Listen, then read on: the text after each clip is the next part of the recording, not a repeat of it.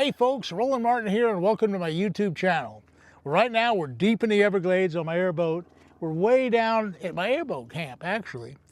But this brings back fond memories because I remember the first trip that I made right down here and how good it was. It was 1980.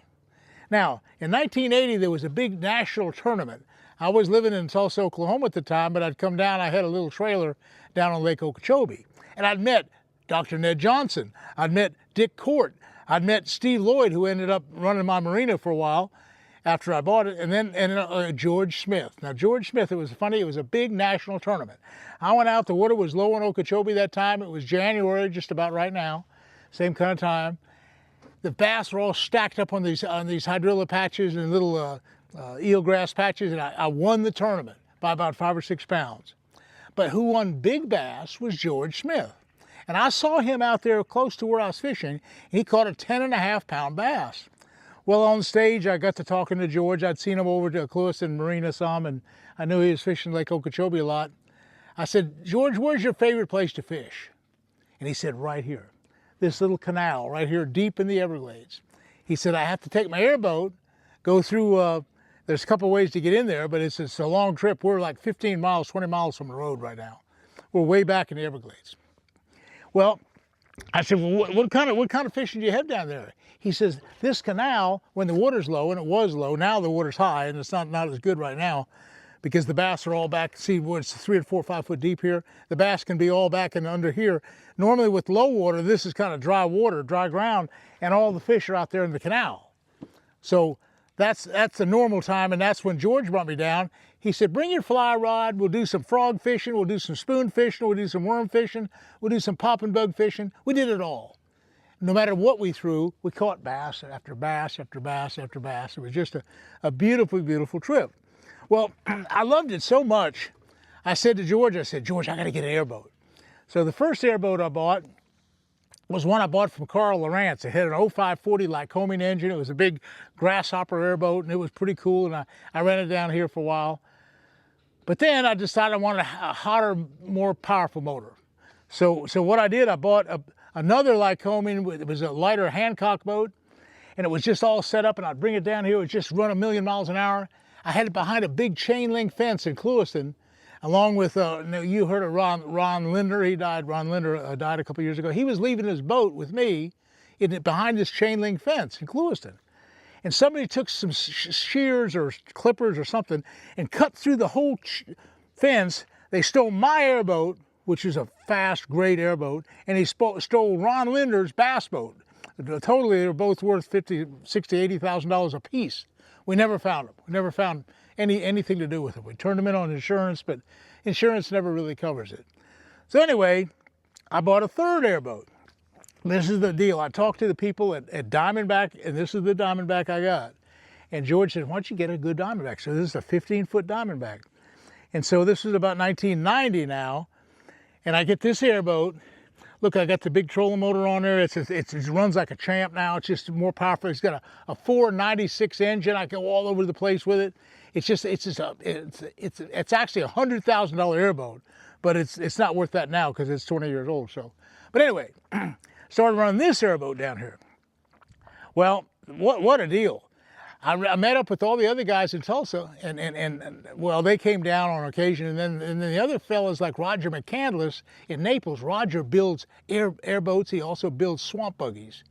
So we get an airboat camp now. Roger McCandless and I and Richard Court and a couple of us, we've got this airboat camp about 10 miles from here. It's on an island, an 81-acre island. I'll show you pictures of it. And anyway, we have that airboat camp, and I come down here every once in a while. I've taken John Paul Morris, Johnny Morris's son. I've taken him down. He's an expert bow hunter, and we've gone up and down these canals, and he's shot millions of, not millions, but big old Oscars and big old garfish and big old tilapia. And he just went right up and down here. Must have had 100 pounds of fish right in this canal. So anyway, this airboat thing is really, really a special deal, and it reminds me of all the wonderful times I've had down here. You know, we go down to the airboat camp at night. This is a hero deal. And there's a glow in the sky of Miami. And Miami's not that far away. It's about 50 miles away, and Fort Lauderdale. And we get out here at night, just a little bit east of here, and there's great big areas of the marsh. It's all about 2 or 3 feet deep, and there's thick lily pads at the top. We go out at night, and I got big lights on this boat, and I have a lit helmet, a big lit helmet. And I got this big frog gig. We go around, and the frog, you can see him at night. You got to make sure you don't get an alligator, but you just get frog gig at night. And boy, what fun that is. We just had more fun than a barrel of monkeys frog gigging the Everglades. And then we'd cook big steaks, and we'd come in here in the canal, we'd catch a bass and fry them up. And I'm telling you folks, this is Florida living. Seeing the alligators, and already today we've seen a couple, out of 20 or so alligators, and some of them are 8, 9, 10 feet long. They really want fish. So if you're kind of hesitant and reeling your fish kind of slow, alligators will come and try to eat your fish. So that's the thing. But anyway, that's what I'm doing right now. I'm fishing right now. I'm taking some Cincos and catching a few fish. The water's high.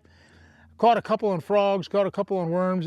It's only about 1/10 as good as it can be, because when the water gets low, all this water in the, there's 180,000 acres pretty close to right here. It all drains into this one little area right. Actually, it's more than that. This whole Everglades system is 2.5 million acres. But I'm just talking about the couple 100,000 acres around this canal. This is a 15, 20 foot deep canal. And basically when the water gets really low, all the fish gets concentrated right in that canal. That canal is about 10 miles long. Fish every inch of it. Anyway, that's my story about the Everglades and what great times we've had fishing with great friends of mine like George Smith. And George passed away a few years ago. We'd been up hunting in Alaska. And we were hunting elk. No, I'm sorry. We were hunting moose, and we'd shot 2 big moose. Well, I flew back to Seattle, and I had taken the moose horns with me. And I put them on top of at the time I had this motorhome. And so as I drove down through Seattle, Washington, and out through California, I had these big moose racks up on top of I called it the Moose Mobile.